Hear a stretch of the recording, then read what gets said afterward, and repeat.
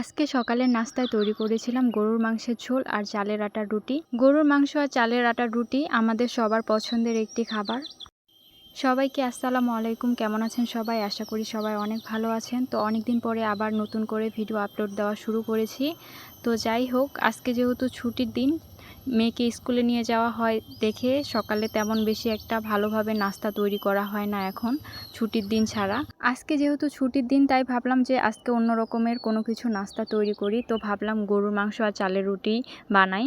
রাত্রে যেহেতু বৃষ্টি এসেছে, সকাল সকাল আবহাওয়াটা ঠান্ডা আছে, তো গরুর মাংস ভিজিয়ে রেখেছিলাম। আর এই তো সব রকমের মশলা দিয়েছি, ভালোভাবে মিক্সড করে নিয়ে নিচ্ছি হাত দিয়ে মেখে। তো প্রেসার কুকারে প্রথমে আমি সিদ্ধ করে নেব। তো হাতে লেগে রাখা মশলাগুলো সহ হাতটা ধুয়ে সামান্য কিছুটা পানি দিলাম, খুব বেশি একটা পানি দেওয়া যাবে না। তো দিয়ে ঢাকনা দিয়ে ঢেকে আমি মাংসটা সিদ্ধ করে নিব। এদিকে প্রেসার কুকারে মাংসটা সিদ্ধ করতে দিয়ে দিলাম। আর এই তো অন্য সাইডে চুলায় আমি খামির করে নিয়েছি আটাটা। তো খামির করে নিয়ে একটু ঠান্ডা হোক, রুটিটা বানিয়ে নেব। আর এদিকে মাংসটা সিদ্ধ হচ্ছে। তো খামিরটা কিছুটা ঠান্ডা হয়ে গেলে আমি রুটি বানিয়ে নেব। আর এদিকে আমার প্রেসার কুকারে মাংসটাও সিটি দেওয়া হয়ে গেছে। আর এই তো মাংসটা আমি কড়াইয়ের মধ্যে ঢেলে নিয়ে নিয়েছি। এখন মাংসের পানিটা শুকিয়ে নিয়ে আমি মাংসটা কষিয়ে নেব। এই তো মাংসের পানিটা শুকিয়ে গেছে। অন্যদিকে আমি রুটিগুলোও বেলে নিয়েছি। তো সেটা ভিডিও করা হয়নি, ভিডিওটা অনেক বড় হয়ে যাবে, তার জন্য আর ভিডিও করিনি। আর মাংসটা কষাচ্ছি ওইদিকে। আর এই তো অন্য চুলায় আমি রুটিগুলো সেঁকে নিচ্ছি। তো সকালে কিছুটা রোদ উঠেছে, তো সকালবেলা আসলে জানালা দিয়ে সম্পূর্ণ রোদ আসলে রান্নাঘরে আসে, তো তার জন্য ভিডিওটা একটু দেখতে কিছুটা অন্যরকম লাগতেছে। এই তো রুটিগুলো একটা একটা করে সেঁকে নিচ্ছি। চালের আটার রুটি কিন্তু মাটির চুলাতেই সুন্দরভাবে সেঁকা যায়, গ্যাসের চুলায় তত বেশি একটা ভালো হয় না। মাটির চুলায় সেঁকলে দেখা যায় একবারে সাদা ফ্রেশ থাকে, যেটা আসলে চালের আটার রুটির বৈশিষ্ট্য। গ্যাসের চুলায় ভাজলে দেখা যায় একটু হলেও দাগ পড়ে যায়, সাদাটা ভাবটা আর ততটা থাকে না। আর এদিকে এই তো মাংসটাও আমি কষাই নিচ্ছি।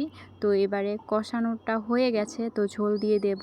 তো ঝোলের জন্য পানি দিচ্ছি, যেহেতু রুটি খেতে হবে ঝোলটা একটু বেশি করেই করব, না হলে রুটি আবার কি দিয়ে খাবো, শুধু শুধু মাংস দিয়ে চালের আটার রুটি খাওয়া যায় না। তো তার জন্য ঝোলটা একটু বেশি করে করব।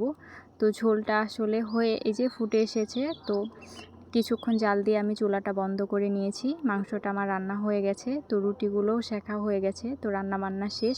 এই তো সকালের নাস্তা খেতে বসে পড়েছি। তো প্রথমে জেসিকার আব্বুকেই দিচ্ছি।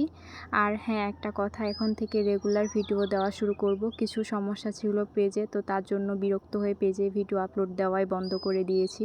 আমি আসলে তেমন অ্যাক্টিভই ছিলাম না, তো এখন থেকে রেগুলার দিব। তো আপনারা সবাই প্লিজ আমার ভিডিওগুলো রেগুলার দেখবেন, অবশ্যই কমেন্ট শেয়ার করবেন। তো সবাই একটু সাপোর্ট করবেন। তো রেগুলার ভিডিও দেব। আর কার কার গরুর মাংস আর চালের আটা রুটি পছন্দ করেন অবশ্যই কমেন্ট করে জানাবেন। আপনাদের সবার সাপোর্ট ভালোবাসা পেলে পেজটা সামনের দিকে এগিয়ে নিয়ে যেতে পারবো। তো সবাই সাপোর্ট ভালোবাসা দিবেন। আর আজকের ভিডিওটা এই পর্যন্তই। সবাই ভালো থাকবেন। আর যারা যারা ভিডিওটা শেষ পর্যন্ত দেখেছেন অবশ্যই কিন্তু একটা লাইক করতে ভুলবেন না।